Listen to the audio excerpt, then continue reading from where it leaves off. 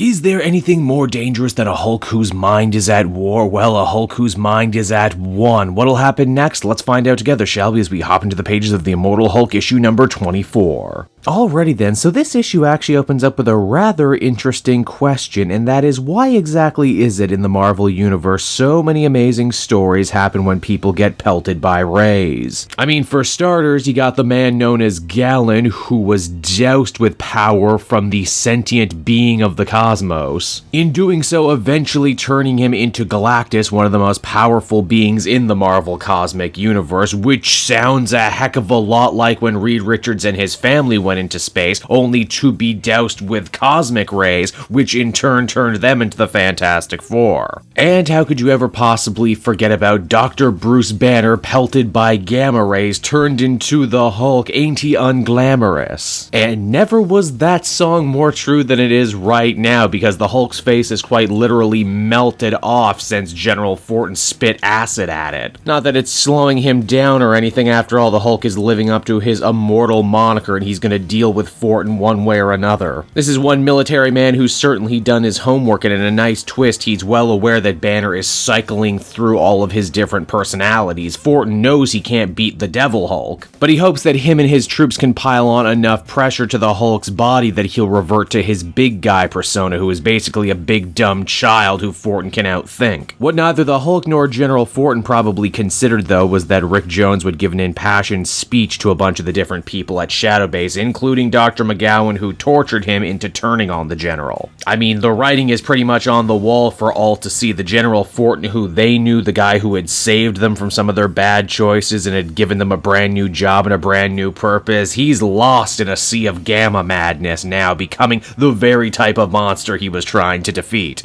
McGowan, not wanting to look a gift horse in the mouth and wanting to try and save as many people as she can, assumes control of Shadow Base, which only serves to push Fortin over the edge even further than he already was. Which ultimately only serves to annoy the Devil Hulk, who figures, hey, you know what, you want to be General Billy Badass? Let me show you the fate of all gamma monsters. We're going to hell, literally. Fortin is horrified when he gets to hell, and for all the right reasons, and this certainly is hell too, because Doc Samson is waiting there for him after dying at the hands of the General. The big difference, though, is that while the Hulk and Doc Samson have made the trip to and from the Green Door a lot of times now and pretty much know how to get in and out of hell, Fortin doesn't, so he's here for the long haul now. Now, with Fortin vanquished and Shadow Base under new management, you figure the Hulk is ready to leave now, off to his next adventure, only no, that's not the case. You see, the Devil Hulk and all the other personas have been talking, and honestly, they're sick of running, always having to hide. And they figure, you know what, Area 51 looks pretty nice, this Shadow Base building is kinda cool, maybe it's time to throw down some Hulk roots. I mean, someone's gotta spend that black site government budget, why shouldn't it be the Hulk? And as such, the Jade Giant ascends a brand new throne, ready to begin a brand new chapter in his life. Where could any of this be going? Well, as the comic begins to wind down, we're given some idea. You'll recall back in a previous issue we had seen Bruce Banner and the Immortal Man somewhere at the end of time, at the end of the universe. It was there Bruce Banner had come face to face with, well, God, seemingly, here actually revealed to be the sentience of the universe, the one who all that time ago empowered Galactus. Now it seems the sentience wants to empower Bruce Banner in the same way, that they may join together and become something new to usher in a brand new age of creation. The Devil Hulk, though, has other ideas, essentially saying, meh, you know what, I got enough voices in my head already, I don't want the job, but I will eat you and take your power. Meaning that according to this book, at some point in the far-off future, the Hulk becomes God, and then maybe the last being in the entire universe. And so that was Immortal Hulk issue number 24, everybody, and man, just when you think this series might actually be veering into some very familiar Hulk territory with the Jade Giant fighting an evil General, Al Ewing comes in and goes, no, wait and see what I got next, everybody. I gotta say, I do love the idea of the Hulk just taking over Shadow Base. It seems like he's always been at the mercy of this military group or that military group, so to see the Devil Hulk be like, nah, you know what if we try and run our own is pretty damn genius.